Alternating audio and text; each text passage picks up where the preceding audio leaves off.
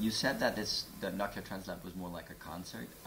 We see a lot of differences in parties where the DJ is really front and center in the spotlight with the crowd, and there's certain parties where they're more in the background, where the lights and more the atmosphere take more of center stage. What do you prefer as a DJ to convey your story as your set? Well, I understand as an artist, I have to perform in different settings, and I'm cool with that. I prefer the more smaller and intimate settings where I can really be a little one-on-one with my crowd, in a sense, where they can ask me questions or ask for an autograph or a photo afterwards. But at the same time, I get to fortunately play big festivals, and where it's the DJ up on the pulpit and there's 10 to 12,000 people there, and it's more of a concert. But at a festival, people really go crazy. That's what they know. They dance at a big venue. Last night was very interesting. It was kind of a mixture of both. It was a concert setting, but it was on a smaller scale. I don't know how many people were in that main room. I mean, it looked like 600 people maybe. And then people are also in the other room looking at all the Nokia fun games and things. So I personally like the more intimate settings because I like to tell my story intimately and not be so untouchable. I like being normal, and if people are going to come out and buy a ticket to come and hear me, at least they can come up and say hello or take a picture or something like that. So that's why last night was a nice combination of both. You play all around the world.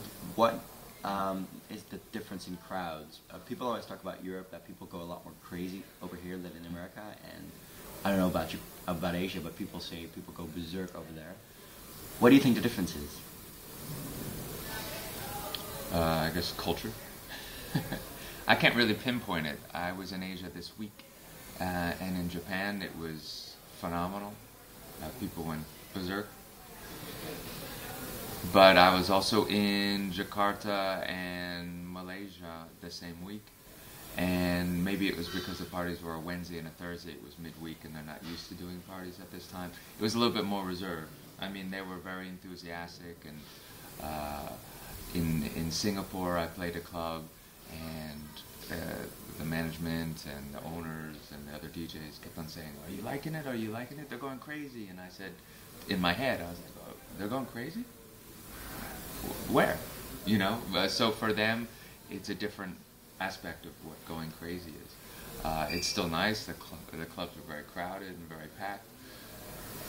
It's of course very different all around the world wherever you go. In America, it's different because in the clubs you have to be 21 years of age to be able to get in, because that's how old you have to be to drink alcohol. And the scene in America is not really based so much on dance music. It's more or less on party music, which is like hip hop and mashups, and even our MTV is all based on reality television shows and not music videos. Here at least you have a choice in between MTV or TMF, I think it's called, where you have your choice of seeing actual music videos and not just mainstream commercial ones, but also really cool underground electronic ones. And I think that's what really kind of helps separate, or it doesn't help, but it separates the scene, at least in North America or America and Europe, is that you guys have an outlet for magazines, for radio shows, for music television to actually support and play non-commercial dance music or electronic music you can listen to or see Square Pusher or Aphex Twin or Howie B, or then you can see Underworld or Faithless or Dave Clark videos. So I mean, you get to see a little bit everything here. And in America, our TV outlets, I mean, we just see Road Rules and I don't know what the name of these shows are, but it's more about reality than it is about music. So that's a big thing. As an artist, with recording videos, do you think the internet's actually given you more opportunity to put your music and your videos and everything you do out there? Yeah, I haven't really taken full opportunity of what is presented with technology. I'm very overwhelmed with what I try to do as an artist, as a producer, as a DJ, as a record label owner. So I need to kind of I think, surround myself with a little bit more creative people who can do these things for me with being able to talk with me. But I think the internet's a very cool way for people to be able to document their lives, get it out there, share it with people all around the world. I just really haven't taken full advantage of it yet. I don't usually do videos or things like that. But now that I have a new phone, the one that you're videotaping with, recording, maybe I'll look into that and do it a little bit more. Or the fact that we're going with a microphone into a cell phone is crazy. As you can tell, as I showed you before, this is my old cell phone. Now I can get a fancy up-to-date thing. So yeah, I look forward to the future possibilities. And we thought of a question last night. If there was one track you would have to play in every set you play from now on, what track would that be? It tends to be, it's not too hard of a question for me because I think people will come out expecting me to play my songs. When you go out to see a concert, if you go out to hear Linkin Park, if you go out to hear Erykah Badu, if you go out to hear Depeche Mode, or if you go out to hear Aerosmith or something, you're going to go to a concert expecting to hear their music. And DJing is a little bit different than this. I don't perform live yet, but I take my DJ performances as a mixture of me playing other people's music and me playing my own unreleased music or music from my label in a spontaneous fashion where I constantly change things with the use of my samplers up on stage and effects units. So it's, as stated before, a very spontaneous process, me DJing.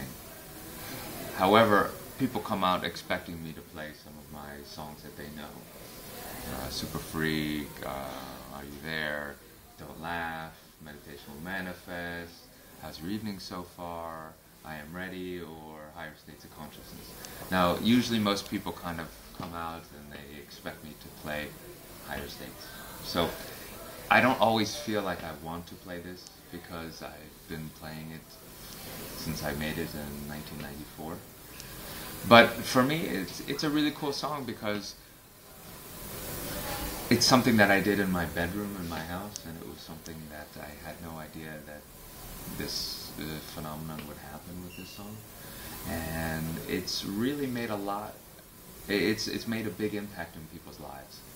I hear stories all over the world about how people got involved in electronic music after they heard this song. And to me, if a song can do this, and can introduce people into electronic music or change their lives in some sort of way by coming up to me and telling me this. Or, I mean, crazy stories about people naming their son Josh because he and his wife met when they heard it this one summer in 1995 or 1996, and they named their son Josh now because of Higher States.